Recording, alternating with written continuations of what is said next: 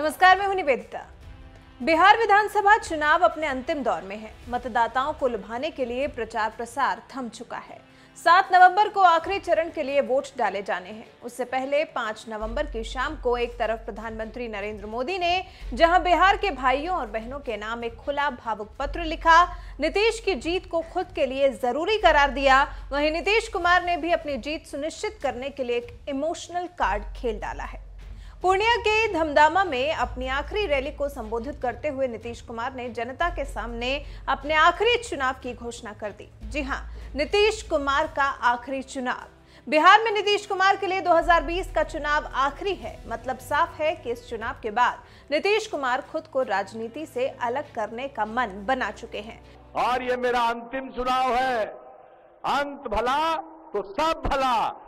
अब आप बताइए, वोट दीजिएगा ना इनको? हाथ उठा के बताइए। नीतीश कुमार ने जनता को संबोधित करते हुए कहा, जान लीजिए आज चुनाव का आखिरी दिन है और परसों चुनाव है। ये मेरा अंतिम चुनाव है। अंत भला तो सब भला। जान लीजिए आज चुनाव का आखिरी दिन है, अब परसों चुनाव है और ये मेरा अंतिम चुनाव है। अंत भला तो सब भला। अब आप बताइए, वोट दीजिएगा ना इनको? हाथ उठा के बताइए। अब परसों एक एक आदमी वोट दे करके भारी मतों से विजयी बनाइएगा। अब तक जितना विजयी बनाए हैं उससे भी कई गुना ज्यादा वोट से विजयी बनाइएगा। यही हम आग्रह करने आए। नीतीश ने अपने इस बयान के जरिए जनता के साथ इमोशनल कार्ड खेलने की कोशिश की है, लेकिन विपक्ष इसे भुना रहा है। नीतीश के इस दावे पर चुटकी ले रहा है। महागठबंधन में शामिल कांग्रेस ने कहा कि हम तो पहले से कह रहे हैं कि नीतीश कुमार टायर्ड हैं, उन्हें रिटायर हो जाना चाहिए। आरएलएसपी के अध्यक्ष उपेंद्र कुशवाहा ने भी नीतीश कुमार को राजनीति छोड़कर आराम करने की सलाह दी है। नीतीश कुमार की तरफ से ऐसा ऐलान किया जाना वाकई बड़ी बात है। विपक्ष मजे लेने के लिए कुछ भी बोल सकता है, लेकिन जो शख्स पिछले 15 साल से बिहार के सीएम की कुर्सी पर काबिज हो और फिर और 5 साल गद्दी पर विराजने की तैयारी कर रहा हो, उसका इस चुनाव को अंतिम बताना बिहार के लिए एक बहुत बड़ी बात है। दरअसल इस बार के विधानसभा चुनाव में नीतीश कुमार ही विपक्ष को अपने खिलाफ बोलने का मौका दे रहे हैं। इस बार के चुनाव में नीतीश कुमार का दमखम दिखाई ही नहीं दे रहा। लग रहा है जैसे सिर्फ बीजेपी मेहनत कर रही है नीतीश कुमार को जिताने के लिए, बाकी नीतीश कुमार के चुनाव को लेकर दिलचस्पी दिखाई ही नहीं दे रही। बस बात बात पर आपा खोते जरूर देखे जा रहे हैं नीतीश कुमार। शायद यही वजह है कि विपक्ष उन्हें रिटायर्ड कहने लगा है। नीतीश की नाराजगी बता रही थी कि बिहार में अब की बार उनकी चुनौती पहले से कहीं ज्यादा गंभीर है। तेजस्वी यादव ने एक तरफ जहां रोजगार के मुद्दे पर नीतीश कुमार को घेरा है, तो वहीं रामविलास पासवान के बेटे चिराग पासवान नीतीश से बैर और मोदी के लिए सीना चीर कर दिखाने के लिए तैयार बैठे दिख रहे हैं।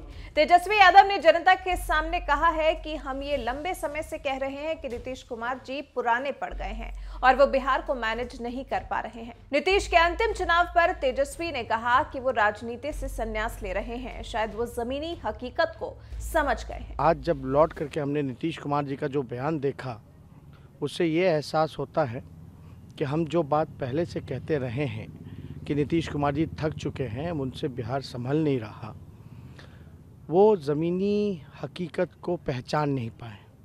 और जब आखिरी दिन चुनाव के आखिरी सभा में उन्होंने खुद ही घोषणा कर दी कि अब वो राजनीति से संन्यास ले रहे हैं, तो उन्होंने जो ज़मीनी हकीकत है, अब हो सकता है कि उनको एहसास हुआ होगा और उन्होंने आज घोषणा कर दी राजनीति से संन्यास लेने की।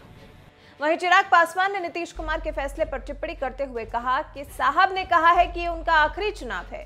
इस बार पिछले 5 साल का हिसाब दिया नहीं और अभी से बता दिया कि अगली बार हिसाब देने आएंगे नहीं। अपना अधिकार उनको न दें जो कल आपका आशीर्वाद फिर मांगने नहीं आएंगे। अगले चुनाव में न साहब रहेंगे और न जेडीयू। फिर हिसाब किससे लेंगे हम लोग? रणभूमि को छोड़कर भागना ज्यादा उचित समझा। और ये मेरी समझ के परे है कि क्यों भाई, आप बता दे तो कि 15 साल में आपने क्या किया। और आज तो जब आपसे जवाब मांगा जा रहा है, उसके आपके पास सवाल पूछे जा रहे हैं, उसका आपके पास जवाब नहीं है। अगली बार तो आप आएंगे भी नहीं। आप तो खुद ही बोल रहे हैं कि भैया आप संन्यास ले रहे हैं, तो अगली बार जब आप आएंगे नहीं, यहाँ पर जनता के बीच शक्ल नहीं दिखाएंगे, तो कोई क्यों? जनता दल यूनाइटेड पार्टी का पूरी तरीके से अस्तित्व, और आज के उनके इस बयान के बाद मुझे नहीं पता किसने उनको ये बुद्धि दी कि आप आज ये बयान दें। जो उनके प्रत्याशी थोड़ी बहुत भी लड़ाई लड़ रहे थे, उनका भी आपने मनोबल पूरा तोड़ दिया।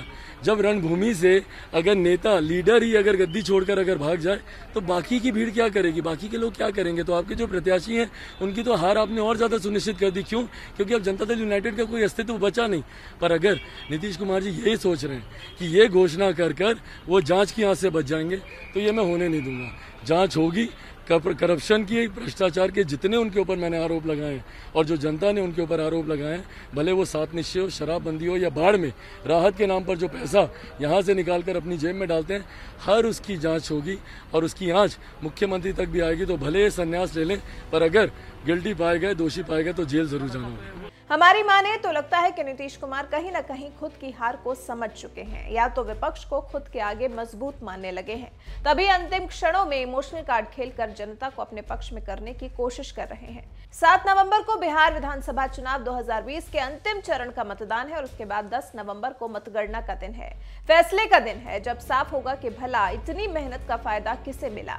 10 नवंबर को ही पता चलेगा कि नीतीश के इस इमोशनल कार्ड का उन्हें फायदा मिला भी या नहीं मिला। वैसे आपको क्या लगता है, क्या नीतीश कुमार का बिहार विधानसभा चुनाव के प्रचार प्रसार में खेला गया ये कार्ड कारगर साबित होगा या नहीं? अपनी राय हमें कमेंट कर जरूर बताएं।